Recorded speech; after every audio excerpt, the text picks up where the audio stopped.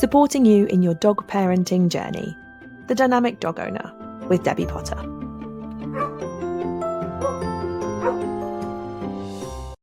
Hello and welcome to this week's episode of The Dynamic Dog Owner, the podcast designed to support you, the dog parent, in your dog parenting journey.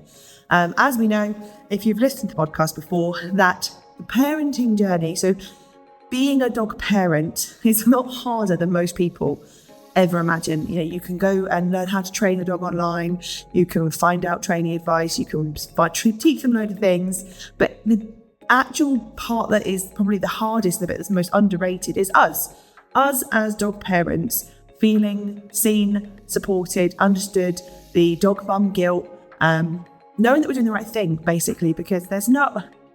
If you have a child, you have parenting books, and you have parenting support groups, but you don't have the same with dogs. And for many people, you know, it is exactly the same as having a child. It's a dependent. Your dog is dependent on you for forever, for the rest of their life. So we do have an awful lot of emotional ups and downs that are connected to, or directly connected to, owning and having a dog and living with a dog. And one of the main things that we find is, you know, people find hardest is actually managing their own emotions when they're out in public, overcoming their own confidence, and sort of not getting in their own way of training. I'm perfectly guilty of this too. I'm, you know, everyone is. It's not me going, hey, I don't have this problem, because I totally do. That we find it really hard to, if our dog, especially if our dog isn't doing exactly as we want them to do, we find it really hard to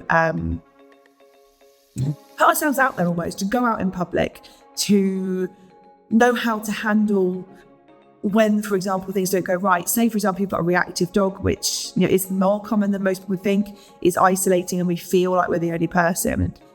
You know that you're on a training path, you know you're on a program, you know what you're doing, and you can do that. And that's almost the easy part. It's then managing the people's expectations, whether that be your family, people you meet out and about, other dog owners, and almost letting them know, hey, I know what I'm doing and I'm on a path here. That is the really hard bit. Going out in public, if your dog is a little bit reactive, or if your dog pulls on a lead, or, you know, is inquisitive and young, those are the really, really hard bits that I think most people find more challenging than actually training. You know, teaching a dog to do what you want them to do at home is really easy. Then transferring it into a dog training scenario, a little bit harder. But it's then when you want to test that. And I say, I'm the first person, you know, I've got 3 dogs, as you guys know, if you listened before. And out of the 3, all of them have something in public that I go, oh God, I wish they didn't do that. All at varying levels. And of course, it then affects what I do with them. So naturally, Rem is easier in public. He's polite. He doesn't really bark at anybody. He does lay down occasionally if he sees dogs in certain situations, but he doesn't bark. He reconnects, and he's generally very sociable. His main issue is when you stop. So he's fine when we're doing stuff, while we're walking, while we're out and about. As soon as we stop, he's like, why did we stop? I don't like this bit. He finds it really hard to switch off. Whether that be stopping for 2 or 3 minutes mid-walk, whether that be waiting outside a shop, sitting in a pub or a cafe. He finds those bits really, really hard. I'm not going to lie, I avoid it. I don't do it. Why? Because I don't want to have to fight and battle and feel embarrassed. It's quite simply. So I'll take him on certain places and I'll go, oh no, we're not going to go to the pub, or we're not going to stop in a cafe, because he can't do that bit. He finds it really hard. And therefore, I shy away from it. Dave, super duper excited, loves everybody, makes a bit of noise about it. As he's getting older, it's less, because obviously he hasn't got as much energy.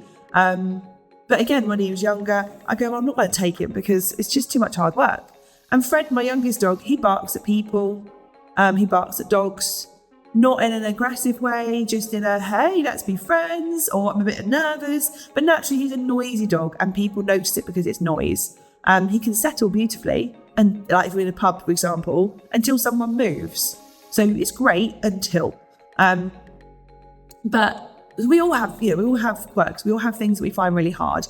We all have things that our dogs can't do. And I don't know about you, but my go-to is then, well, I just won't do it.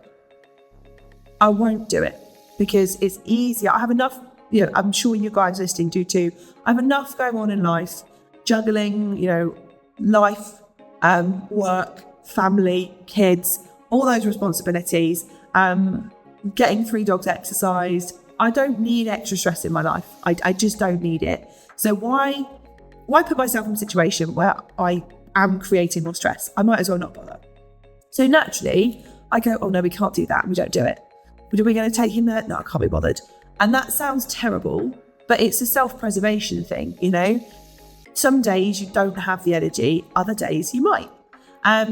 So that's why, it's fine to not do these things. But when do you get into that trap? And I find this is an issue I have myself, that's why I'm talking about it. When do you get into that trap of, or how do you get into it and how do you get back out of it? That trap of, oh, well, we just avoid that and we don't do it. Because say I'm guilty of this. It's so easy to avoid it, put it off, don't do it, and then never overcome the issue. And when do we start to do it? Personally, to me, it's when I'm under peer pressure.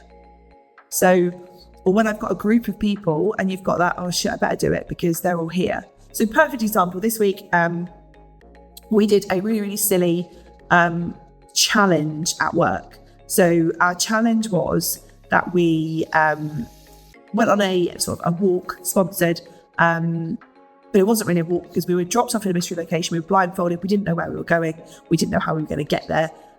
We just found out the destination when we got there. So it was, very odd, but it was a really nice long walk. And I thought, what better dog to take with me than Rem, who loves a good walk. But we ended at a pub and I contemplated going, I can't take him because he won't settle in the pub. And then it just ruins the lovely walk. And then I'm under pressure. And I don't know why, but I said to myself, no, you can do this with a team, my team. So they're all there to support and help me. We can do this. So I did. And you know what? It wasn't half as bad as I thought. It was okay. Yes, he needs a lot of support to lay down, chill out under a table. It's his hardest thing. He does need a lot of help and support doing it. But he was actually really good. He could have been 1,000 times worse. For him, he coped with it really well. He had about 4 or 5 breaks outside and came back in, and he coped with it. Another dog under the table, she slept the whole time and didn't bat an eyelid. Do I want my dog to do that? Of course I do. But where he was, and where I expect him to be and where he actually was, I was really impressed.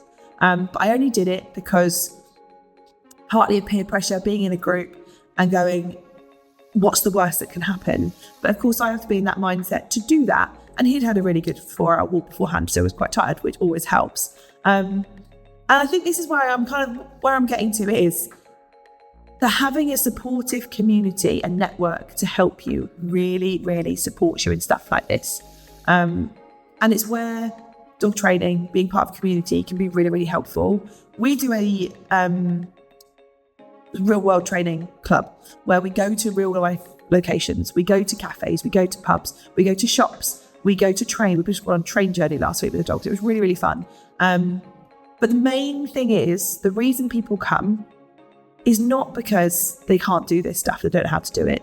It's because they, like me, they go, I don't need to do that on my own. I don't have a support. I don't feel like I feel like I'm sticking out. What if my dog misbehaves? But going as part of a small group, so we go with 5 dogs, 6 dogs, 2 trainers, small team, small group, dogs who know each other, people who know each other, or have got to know each other. There is the supportive community there to help you, to support you.